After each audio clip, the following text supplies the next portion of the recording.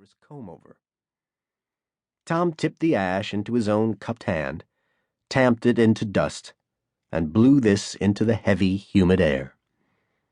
From below, there came the noise of metal scraping on tile.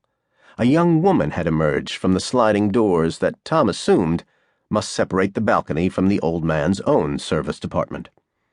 A very young woman, a girl, in fact. She wore only a sarong, which was wrapped around her slim, sinuous hips, and from where Tom stood, he could appreciate the orchidaceous perfection of her breasts, the taut purity of her matte black skin. She must, he thought, be a desert tribeswoman, but what the hell was she doing with this dried-up stick of a guy? What she was doing was drawing up a small metal table and placing upon it a tall glass frosted with condensation and choked with fruit. She removed the newspaper, tidied its pages, and folded it. What she was doing was unaffectedly ministering to the old man's needs, to the point that she seemed quite unconscious of the way one of her long, pinky-brown nipples pressed against his neck as she smoothed the sweat-damp hair on his forehead.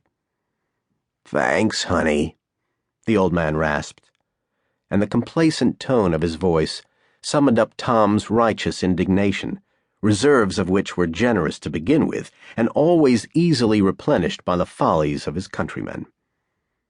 Jesus Christ, Tom internally expostulated. That sick creep is one of those disgusting sex tourists. He's come over here to get his gross old body fondled by one of these young girls. It's revolting. He can't be allowed to get away with it.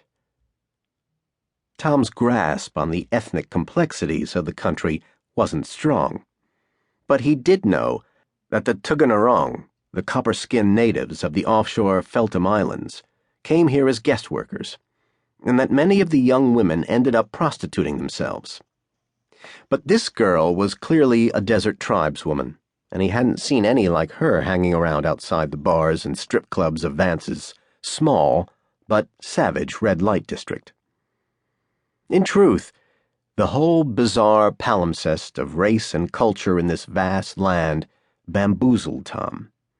In theory, the Anglo descendants of the former colonial power still constituted the elite, yet only the previous morning, in the Highland township where they'd stopped to get gas and cash, Tom had found himself in line at an ATM behind a shambolic shaking figure that was bent almost double and wearing a dirty blue patterned native toga.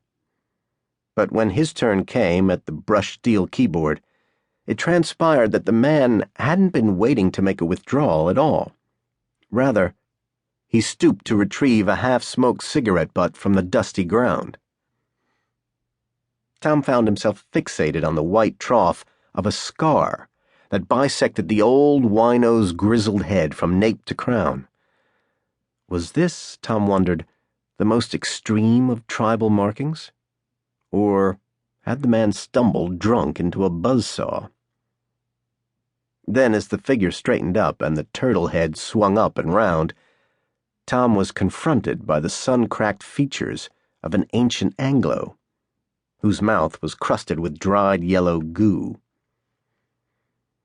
Later on, as Tom struggled to pilot the preposterously large minivan, which he had hired in an excess of foolish grandiosity, through the maddening melee of the main street, he spotted the same old Anglo wino in the shade of a fat-trunked tree, set back from the road. Now, recalling the unpleasant scene that had followed, Tom took a particularly deep draw on his cigarette, and it fizzed and popped in the humid atmosphere. He deposited another quarter-inch of ash into his hand, tamped, and blew. Tommy Jr., who as usual had been right at the back of the car, had also seen the old wino. More importantly, he'd seen what the indigenes with whom the wino was sitting and drinking palm spirit were selling. "Dad! Dad!" he boomed out. Why couldn't he control his volume? "They've got one of those model things we saw back a ways. Can we stop and get this one? Can we please?" Tom was going to give this request no more attention than the previous score, but Tommy's mother had decided to intercede. "Why don't we stop?"